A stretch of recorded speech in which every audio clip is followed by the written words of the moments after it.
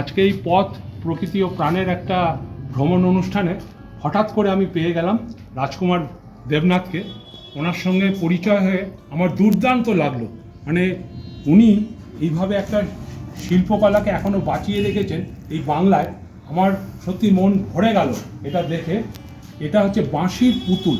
আমি যেহেতু পুতুল সংগ্রহ করি এবং আমার প্রায় 100টা দেশের পুতুল আমার কাছে সংগ্রহে আছে, সুতরাং এরকম পুতুল একটা যেটা আমাদের মাটির সঙ্গে একদম শিকড়ে মিলিয়ে আছে, এই রাজকুমার দেবনাথবাবুকে পেয়ে সত্যি ধন্য মনে করছি।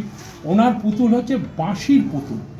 তো এই বাঁশির পুতুল মানে ব্যাপারটা যদি আপনি একটু বলেন তাহলে আমার খুব ভালো লাগবে। আমার যারা দর্শক আছে তারাও এই জানতে পারবে শিল্পকলা, এই বাংলার এই যে শিল্পগুলো রয়েছে এটা তো আস্তে আস্তে বিলুপ্ত হতে চলেছে, কিন্তু আপনার মতো মানুষ এরকম যেগুলো বাঁচিয়ে রেখেছে এটা সত্যি মানে আমি মানে খুব খুব ভালো লাগছে আজকে আপনার সঙ্গে আলাপ হয়ে। তা আপনি একটু যদি বলেন আপনার এই শিল্পকলা সম্বন্ধে তাহলে খুব ভালো হয়। এই শিল্পকলা বহু প্রাচীন। আচ্ছা, এটা হরপ্পা মহেঞ্জোদারোতে সেই সময় তৈরি হতো, আচ্ছা সিন্ধু সভ্যতায় পাওয়া গেছে। আচ্ছা এটা আমার ছোটোবেলায় শেখা, ভারতবর্ষের বিভিন্ন জায়গায় আগে হতো।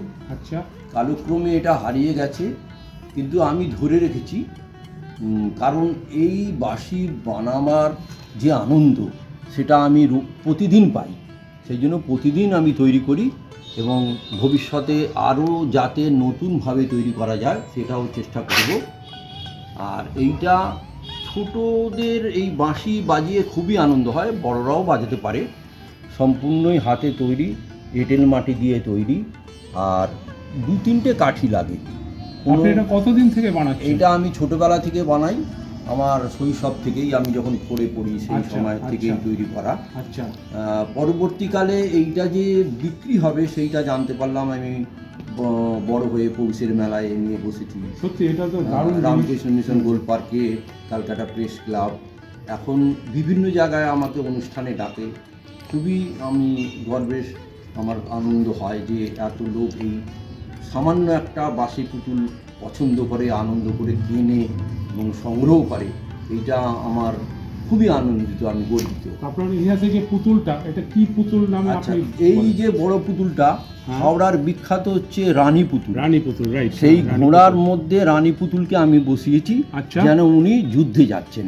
আচ্ছা। মানে আমার এটা একটা চিন্তা ভাবনা। ঠিক। আর এইটা হচ্ছে একটা পেঁচার আকৃতি আমি করেছি। আচ্ছা। হ্যাঁ, এইটা পেঁচার আকৃতি, এই ফু দিলে বাঁশি বাজবে। একটু যদি বাজিয়ে শোনান। বাহ, এক্সেলেন্ট। ওই পুতুলটা একটু বাজিয়ে শোনান তাহলে। অসাধারণ, অসাধারণ। আপনি এগুলো কি মাটি দিয়ে আচ্ছা, বানাচ্ছেন? এইটা পুরোটাই এঁটেল মাটি হতে হবে। এঁটেল যে মাটি, আচ্ছা। মাটিতে ঠাকুর বানানো হয়, আচ্ছা। হাড় বানানো হয়, সেই মাটিটা আঠালো হতে হবে। আচ্ছা।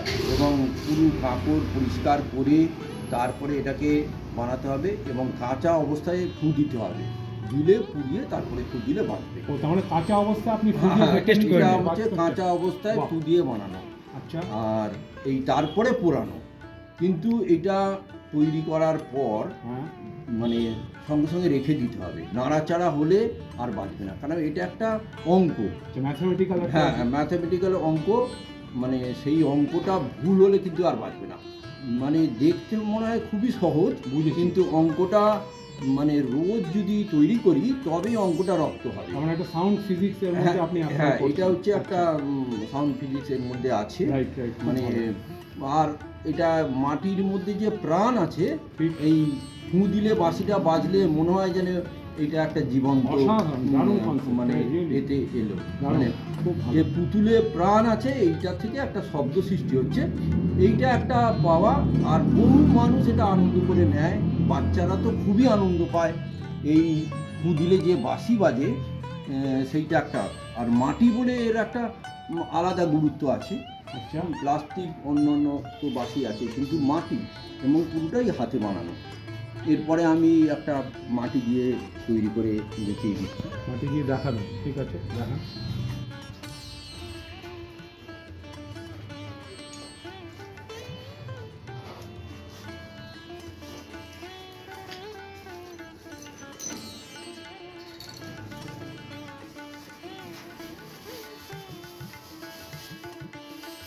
আমি কন্টিনিউস চালিয়ে যাচ্ছি, ঠিক আছে না? তাহলে আমি দেখে নিচ্ছি এখন। এত কুমারবাবু আমাদের সামনেই একটা পুতুল তৈরি করে দেখাবেন, লাইভ ওয়ার্কশপের মতো অদ্ভুত সুন্দরভাবে।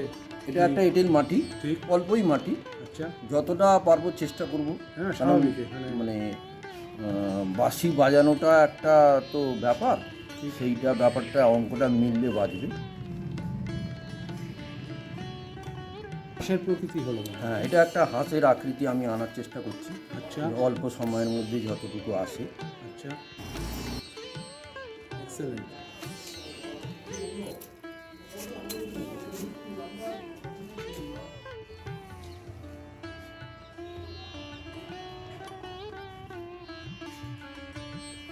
এই একটা ফুটো করা হলো, আচ্ছা,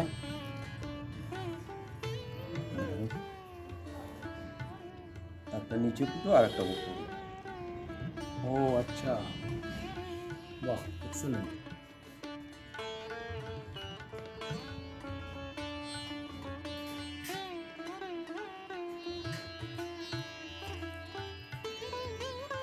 এখানেই ফিজিক্সটা অ্যাপ্লাই হচ্ছে, বাহ দারুণ।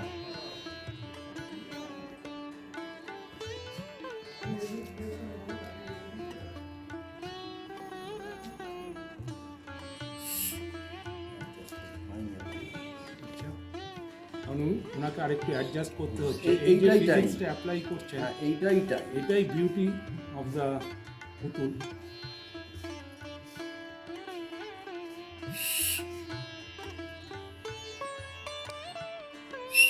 অসাধারণ অসাধারণ, দারুণ দারুণ দারুণ, এক্সেলেন্ট এক্সেলেন্ট রিয়েলি।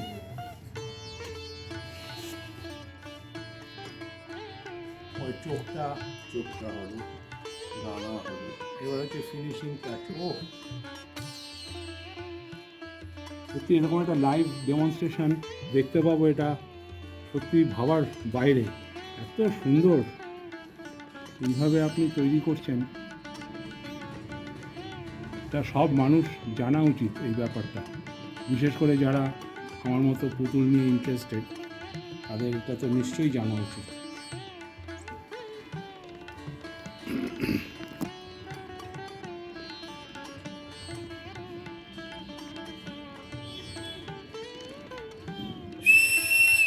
অসাধারণ। আমার এই জাস্ট দাদা কত, পুতুল সংগ্রহ করে, সংগ্রহে দাদার একটা ঢুকলো, কিন্তু নাড়াচাড়া বেশি করবে না।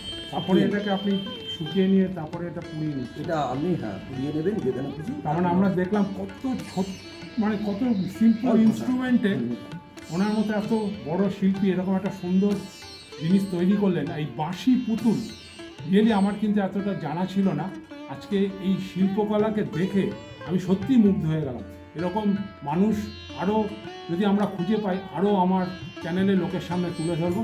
নমস্কার, খুব ভালো লাগলো, দারুণ দারুণ, খুব ভালো। আপনার সঙ্গে দেখা হবে। Thank you very much. দর্শকরা দেখুক, আনন্দ পাক, এটাই আমার।